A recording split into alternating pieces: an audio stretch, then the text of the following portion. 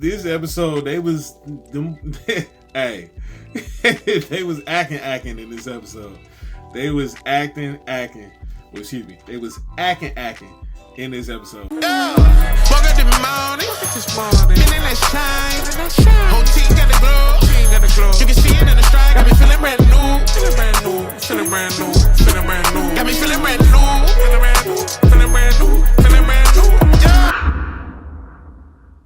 What up, YouTube? It's your boy JusRzd, and today you already know what time it is.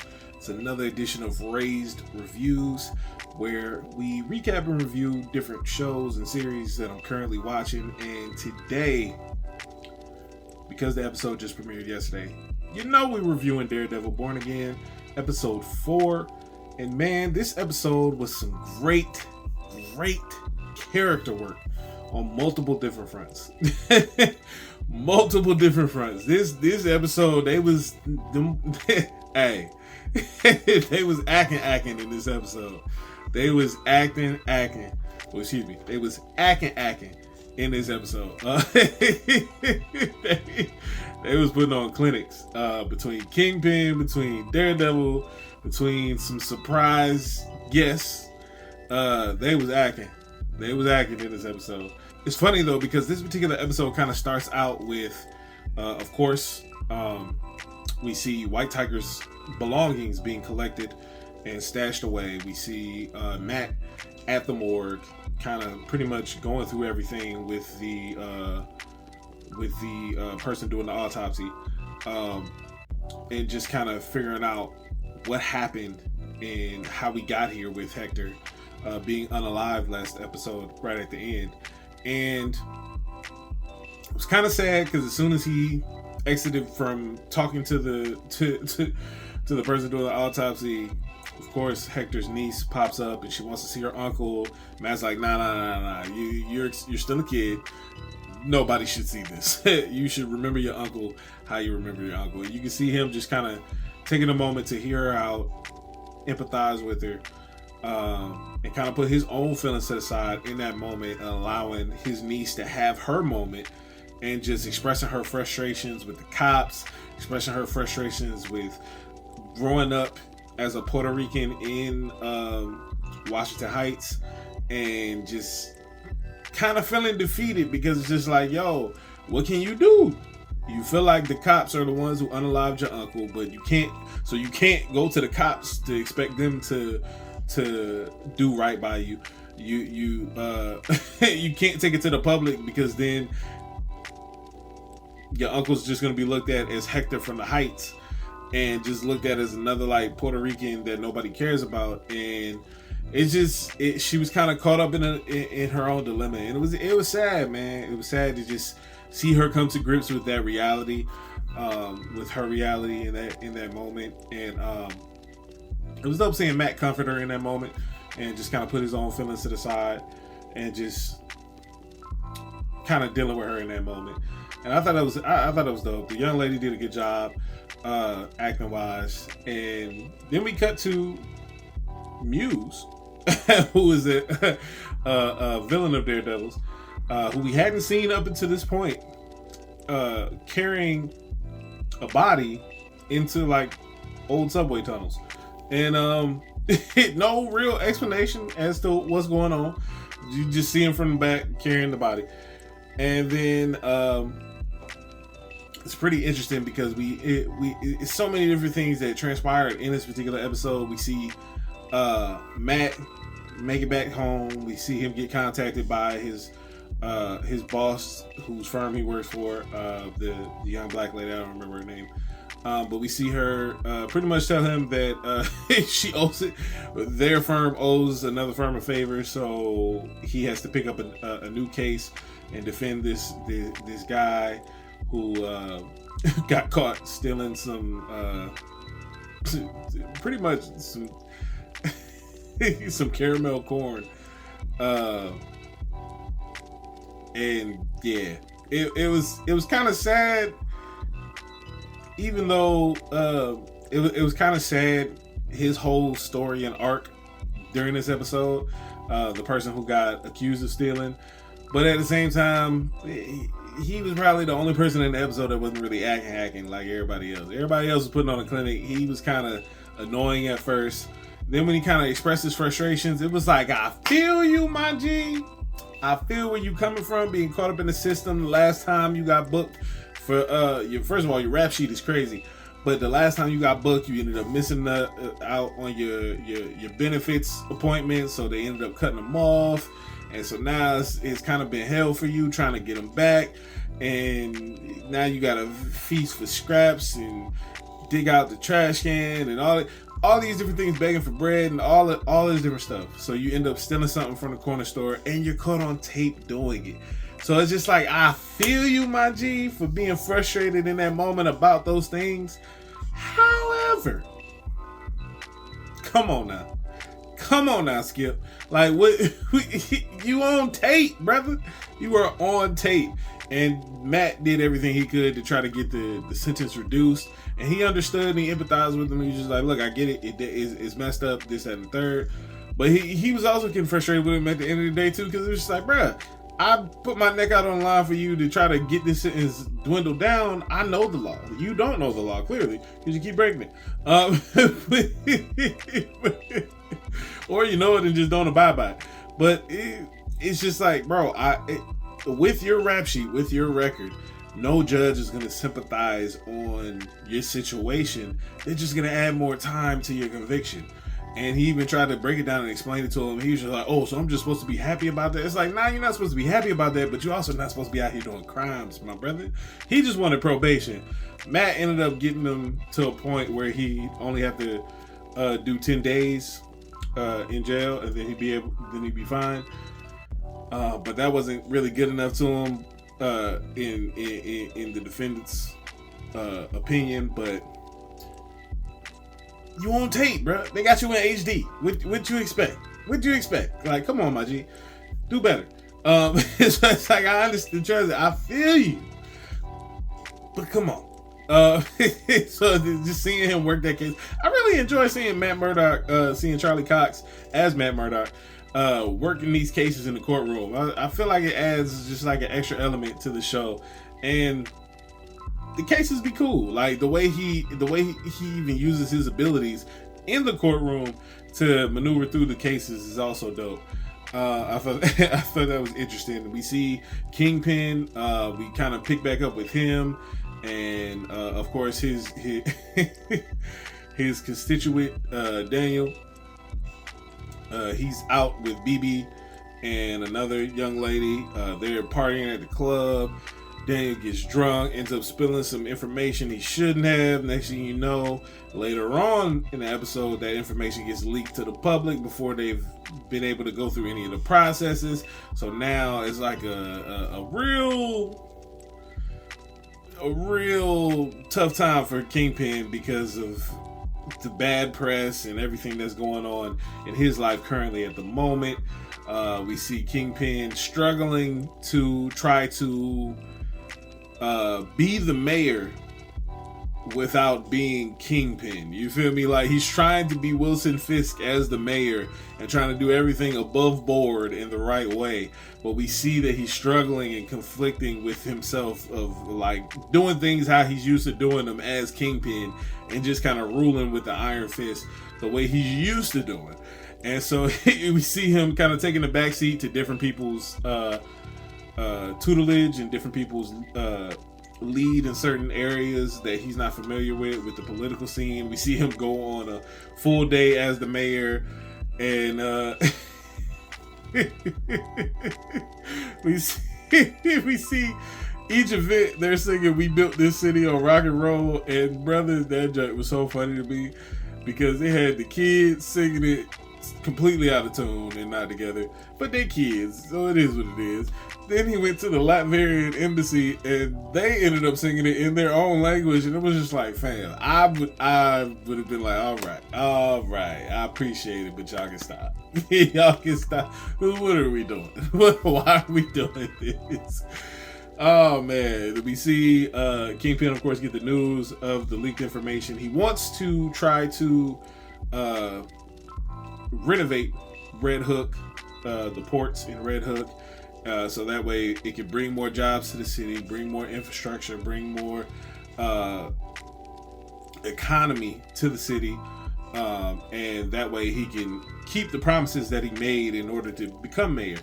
And he's getting frustrated with all the rules and red tape that he has to abide by because he's not used to doing it this way. He's used to just doing it the way he wants to do it. And if anybody got an issue with it, they're gonna have to see Kingpin. And most people don't want to see Kingpin. And so now with him being Mayor Wilson Fisk, he's trying to do everything above board, like I said before. And it's just interesting to see the struggle and the dynamic of everything. And cutting back to Matt's story this episode, his arc this episode, we see him in the beginning when he was talking to the person doing the autopsy. He was asking if anybody recovered the shell to the shell casing to the bullet that unalived Hector. And of course, the dude doing the autopsy is like, man, I don't know. It wasn't with the body, so I don't know where it is. And so he ends up investigating back at the scene of the crime, and he ends up finding the bullet casing, and he feels on the bullet casing that something's a little off. At first, I thought he was trying to get like trying to fill out the serial number or something. But then we don't really see what he felt. We just see him feeling it, and then we see him go on this scavenger hunt, is what it feels like, to this basement level area.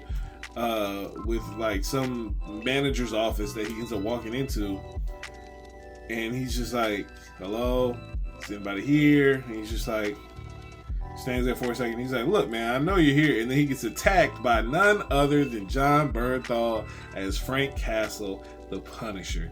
And him and Frank kind of have interesting emotional standoff this episode, where it's just like Punisher calls him on his BS and just like, yo, I don't think you're here to try to get my help, because Matt puts the shell casing down. And he's like, look, one of my clients got unalived and the bullet casing has your emblem on it. Punisher off top goes, some more fanboys trying to rock my colors or whatever. And Matt was just like, yeah, but these fanboys are police, dirty police at that. And Punisher's like, what they got to do with me? Like, what they got to do with me? I'm doing my own thing. I haven't stopped. I mean, I keep going because I keep hearing my little boy's voice in my head to tell him that keeps fueling me to keep going and continue my mission and take everybody out. And it was just real emotional and just real. Him and Charlie Cox have some great chemistry going back and forth. It was super dope. That scene was really good. Really, really emotionally tense. Frank talking about his son, getting emotional, talking about that being what drives him. Then we got Charlie Cox's Matt Murdock breaking down when he starts talking about Foggy and just kind of coming to the point where it's just like, hey man, Foggy's one of the purest people I knew, and me people like me and you, talking to Frank, it's like people like me and you, we could try to right our wrongs for a lifetime and we would never be as pure as Foggy was. And now he's no longer here, and they gave Bullseye life. And Frank was like, oh yeah, they gave him life, but what about Foggy? Did he get life? And it was just like, ooh. Whew. They was dropping bars on each other. I ain't gonna hold you.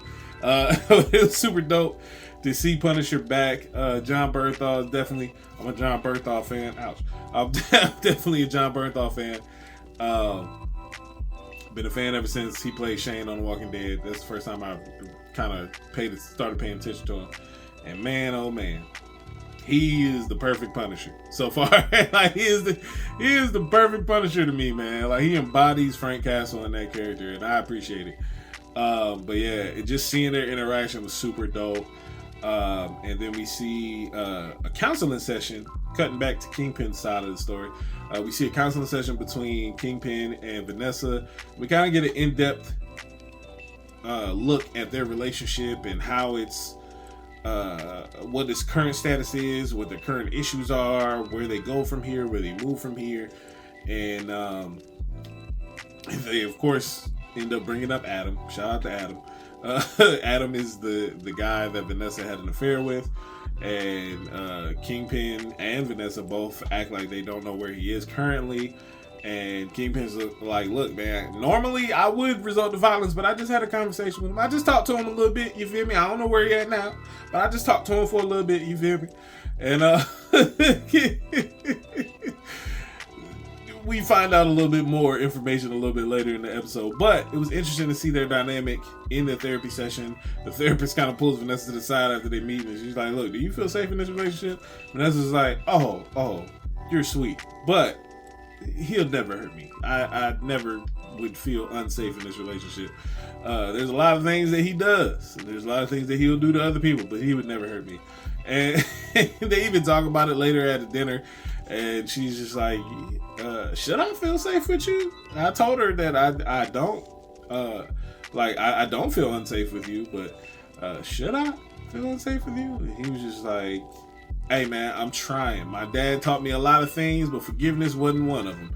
So I'm trying my best. So you just gotta bear with me. It was just interesting to see their dynamic and see the fact that they really do still love each other and care about each other, but times have changed and they both have grown in different ways in different areas. And it was definitely interestingly emotionally tense moment. I appreciated that. And like I said, there was a lot of character work in this particular episode, and I appreciated that. That's how you tell good stories. Gotta have character work if you want to tell good stories. And this particular episode was a very character work driven episode, and I appreciated that. We see we see Matt and his girl, the therapist for Kingpin and Vanessa. We see they're kind of like low-key living together, or at least she's spending the night at his crib, and she's like, oh, when I don't spend the night, I'm not worried about you, but when I spend the night, I'm worried about you. Like, what if he got kidnapped? What if this, that, and the third happened? And he's like, kidnapped? All right, whatever. Like, you know who I am? I'm Daredevil. Like, they're not about to kidnap me. It was just a funny exchange. They end up being intimate. She sleep, knocked out. Matt's wide awake. Don't seem like he can sleep at all. Goes up to the roof of his apartment, and we see his stash, his Daredevil stash. He pulls out his staff and starts working with it. Starts doing different moves, practicing with it, and we see him kind of lock in. Whole time it's like a montage between him tapping into his past life as Daredevil. We see Kingpin walking down some steps into this like it almost looked like a dungeon-esque area, but it also had art there. It had the painting, the White Rabbit painting that had his blood on it from season 3 of Daredevil on Netflix. And then we see he has a person pretty much locked in a cell down there as he's eating this massive plate of food with multiple sausages on it. I was like, dang, that looked like a plate for 2 or 3 people. And he was about to devour that joint. And the dude that he has locked up is like, yo, let me out of here. Let me out of here. I'm sorry. Let me out of here. And Kingpin's just talking to him normal. And then we find out that the person, through their conversation, that he has locked up in this dungeon basement area is Adam. The person he said he didn't know where he was, he has him locked up the entire time. And he's just eating in front of him, having conversations with him. And it's interesting. He did promise Vanessa he wouldn't unalive him. And he hasn't, but he definitely got this brother held hostage. And it's interesting to see just how, like I said, I love the parallel between Matt and Wilson Fisk. Just struggling on a daily basis and on an episode basis of not tapping into their past life and trying to do things better, trying to do things different. And you can see the push, you can see the pull, you can see the struggle. Like, Matt did everything right to get Hector justice as far as everything that went on with his case, and then he still ends up getting popped by a dirty cop. And it's just like, man, I did everything right, so now who's gonna get justice for Hector? And so it's just like, the cops ain't gonna do it, so the only person that could do it is the devil of Hell's Kitchen, which is Daredevil. And so it's just interesting to see. I'm excited to see. I know next week we're supposed to be getting 2 episodes. So episode 5 and episode 6 is supposed to be dropping next week. So I'm excited for it. But for episode 4, right at the tail end of it, because with that montage between Matt tapping back into Daredevil, he didn't put the suit back on yet, but he was just practicing with his little baton, and Kingpin tapping back in with Adam, and us finally seeing that. It cuts to the character that we now know as Muse, who's been painting all the different murals throughout each episode. We see him conducting some sort of experiment on a live person. That same person he was carrying down the subway tracks. We see him get to where he has him and stabs him with something that looks like it's either extracting blood or bone marrow. I don't know, but it looks strong. But the brother is wide awake.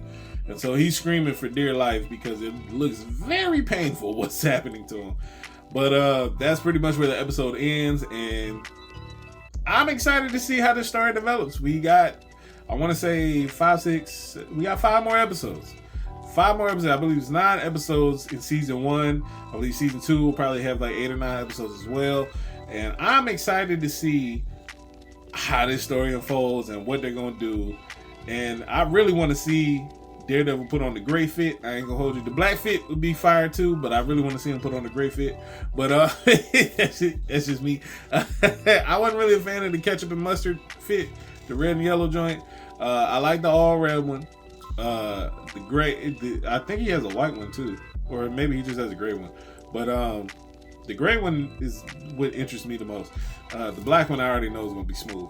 But yeah, man, this particular episode 4, I definitely give it I give it an 8.5 out of 10.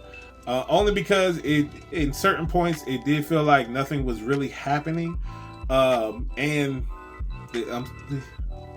the defendant that Matt had took on the client, he wasn't acting as much as everybody else was. But the moments with Matt and Frank and Wilson and Vanessa and Adam, all fire moments. But yeah, the other brother, he was, God bless him, but he wasn't acting like everybody else. But like I said, I give it 8.5. Definitely a good episode, solid character work throughout.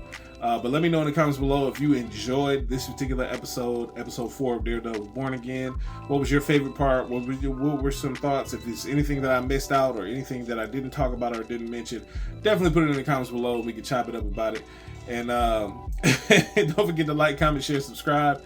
Hit that notification bell if you haven't already, so that way you can be notified anytime we drop a new video on the channel, which is every day. So stay tapped in, stay tuned in, stay locked in, and never forget, it's free soul to the show free. Let's get it.